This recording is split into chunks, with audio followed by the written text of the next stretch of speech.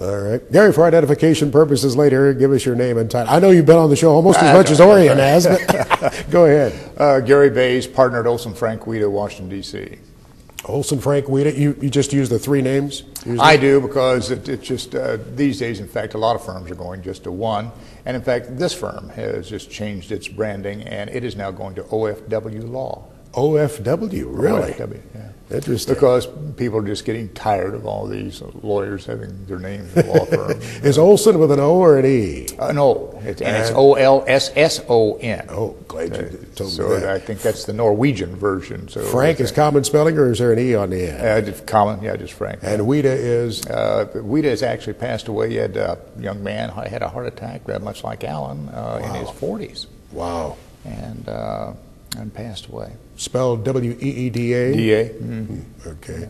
Yeah, First of all, Gary, what are you telling growers this winter when you talk with them in this unique period of time in which we're operating here? Max, I'm telling them that American agriculture is facing threats it's never faced before.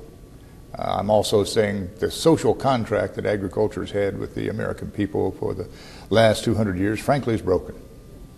Many in our population now that are so far removed from the farm do not like our dust, they do not like our pesticides, they do not like our GMO products, they do not like the CAFOs that we raise this wonderful protein in. They do not like our air pollution as they see it from our pesticides, herbicides, fungicides. They do not like our water runoff into the streams of this country. So what we're seeing for the literally first time in my lifetime is a coordinated, organized, and government-supported, in many ways, onslaught onto the techniques and technologies we're using in American agriculture. It's not a positive message.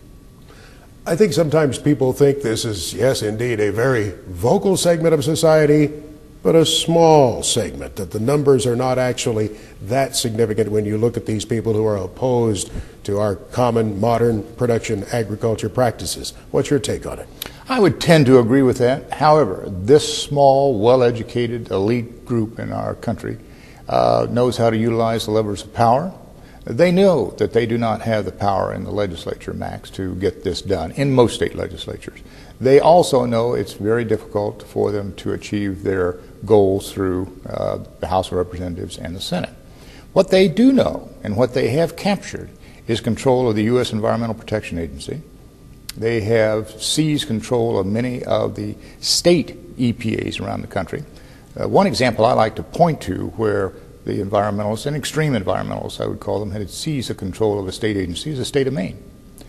That new governor they have up there, Mr. LePage, has been saying, I think, roughly the same thing that Newt Gingrich said over here in Iowa just a couple of days ago.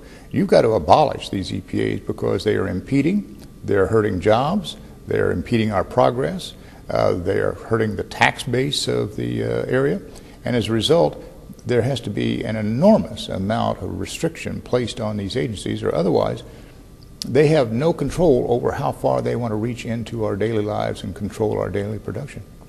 In fact, during the election this past fall, the EPA was a campaign issue, was it not? And its administrator became a campaign issue in some of the campaigns. And now we understand there's even a lawmaker suggesting the EPA, the U.S. EPA, should be abolished. Do you think this is a significant movement that could gain strength here? I don't think it's significant yet. The history of this country and movements like this is that they generally start very slowly. It takes a long time for the public to get behind one of these ideas. We are, as the polls all show, a very conservative country, Max. And when people speak out on issues and make bold claims, as Mr. Gingrich has made over here in Iowa, people at least will take notice. But they'll say, well, that probably is going a bit too far.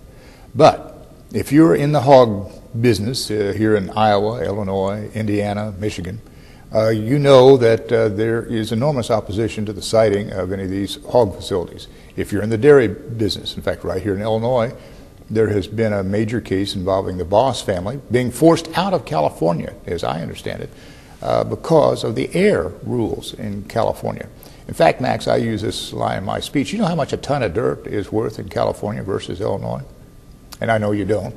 And I know we have some very expensive farmland here, but if your dairy herd in California is stirring up a ton of dust. You have to offset that by shutting down a ton of dust being emitted into the air in some other area. That ton will cost you somewhere in the range of $75,000 to $88,000 a ton to reduce or offset that ton of dust. So not many dairies can absorb that cost. That's why dairies are moving to Indiana, as you pointed out earlier about your friend. This Boss family moving into Illinois and putting in dairies. Indiana, of course, has had a number of major dairies move in. The reason they're doing that is the extreme environmental rules on air and volatile organic chemicals. In fact, Max, in California, they are, and I believe they have implemented this, but certainly they are thinking about it, trying to control that wonderful silage smell that you and I grew up with. That's a volatile organic chemical, just like a coffee roaster or a bakery. That's a volatile organic chemical. Now, the reason you don't smell any bakeries anymore is EPA. The reason you don't smell when you go down to Florida, that Hillsboro plant down there on 95, is EPA. Silage, EPA is wanting to regulate because they think it creates ozone. A little bit earlier, you used the term describing some of these people who are behind the movement as well educated. What has happened here that they've missed the reality of agriculture production from the science standpoint as they proceed ahead with their fervor? How did they not learn this element of industry and the science behind it and the need to be able to accommodate this crucial industry? Well, Max, they do not see it as crucial. What they see is the enormous progress that American agriculture has made. Look at our corn yields from the time you and I were young boys and how it's increased with these genetically modified organisms that we've been able to utilize in corn or soybeans, or now wheat is even thinking about changing. Think about the Malthus theory that we were going to run out of food because we had too many people. American agriculture and agriculture around the world, look at Brazil, Argentina, all have been able to rise to the challenge of producing enormous amounts of food. What has this led to? It has led to a population growth on the planet now of roughly 7 billion people, the last number that I saw.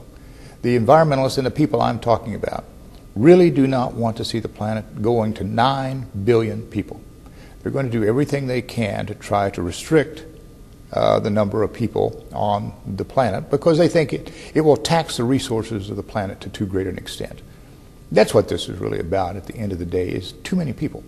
And the reason they do not like agriculture is that through our land grant system, through our machinery, through our technology, through our just wonderful leadership we have in groups like we're meeting with here today, we've been able to produce in this country levels of food and product never anticipated in mankind's history. So, at the end of the day, these folks are against genetically modified plants because that allows us to produce more of the cereal grains.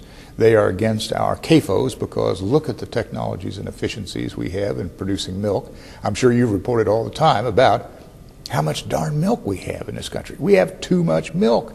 That's why the dairy industry is in serious, serious difficulty. And in part, why is that? Well, we've learned how to same-sex those animals and get all those wonderful high-producing heifers through that technology. And as a result, we have just produced too darn much milk. Look at corn right now. I've been selling corn at $6 plus. That really hurts the people on the animal side. But what happened? We had a bit of a shortage, did we not? We had all this rain here in Indiana, Illinois, Iowa. We were planning on 240 and 250 bushel corn this time. Now, we didn't do too badly at 203 to 221, but that was way under our expectations. You give us a good year, and we will burst the bins once again across this country, and the prices will go down.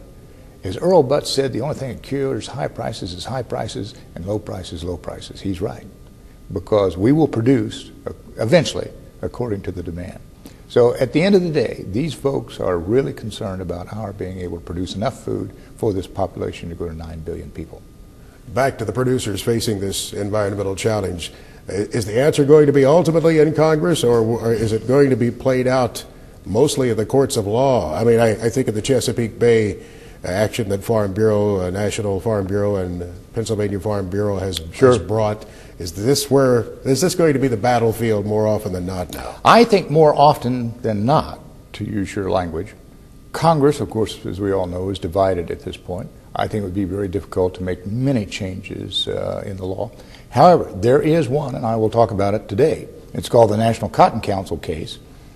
And even here in the state of Illinois, the Illinois EPA has basically suggested, although they've withdrawn from this position, that my farming operations around Jacksonville, Illinois, and the Weary's operation that I'm part of, we would have to have an individual Clean Water Act permit to spray if we thought that any of the spray drift would get near or close to a water of the United States, which is very difficult to define. Probably my waterways are waters of the United States. That could give EPA complete control over our crop protection devices. In some crops, cotton, for example, there was a substance called carbofuran that EPA did have complete control over, and every year the state of Texas would have to come to EPA to get permission to use this. I am now told that there is a movement afoot to take away from EPA some of this authority and overcome this case, the National Cotton Council case, which is very dangerous for agriculture. And once again, which Congress has done twice before, Max, say to EPA, leave agriculture alone. If there is water runoff from the land, leave it alone. If there is spray drift coming off of the crops, leave it alone. So there are times when this matter goes so far that you can get the legislature interested in it. Will they pass it this year? I don't know. Will it be proposed? Yes. There has been precedent. Congress has stepped in, in fact, and said to the EPA, back off. It has done that twice, particularly with regard to ag stormwater runoff. I was involved when Mr. Ruckelshaus and I put the agency together in the early 70s in a provision that said agriculture had to be exempted from permitting under the Clean Water Act. You look at our farms, you look at most farms, you have a number of discharge points because water runs off the land. Do we have to have a Clean Water Act permit for that? What's happening in the Chesapeake Bay is the answer is yes. What's happening in the state of Florida, the answer may be yes. That is coming to the Midwest because the environmentalists and EPA want to gain control over the nitrogen and phosphorus and sediment running into the Mississippi and the Illinois outside our doors here. They're going to try to do that. They are being successful in the courts. What happened in '73, we put in an irrigation return exemption, because if you have pollutants in your irrigation water, why should you have to have a permit if I, as a dryland farmer, do not have to have a permit for any water on my property? So that was put into law by Congress. And again in the 80s, a court once again said runoff from farms has to be permitted under the Clean Water Act.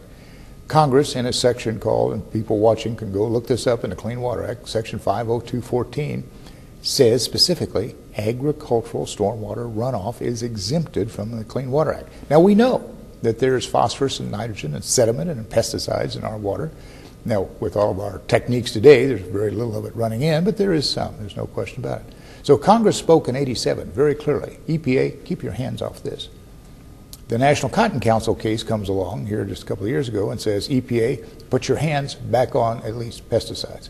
That's why I say Congress is going to look at this again and determine whether or not you put the Environmental Protection Agency, which is getting very close to this, Max, in control of our production techniques in this country.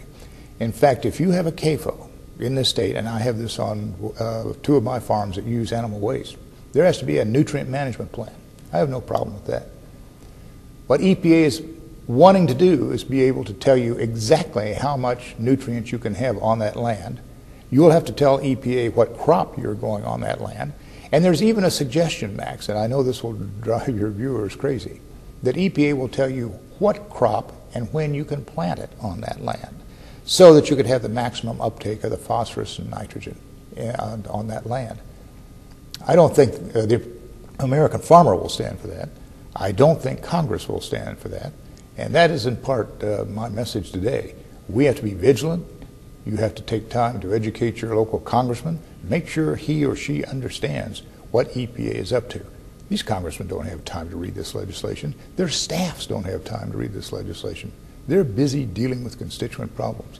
But the folks back home here need to understand what this small, powerful, well-educated, knowledgeable group can do to use the courts in this country to harm agriculture as you and I have known it.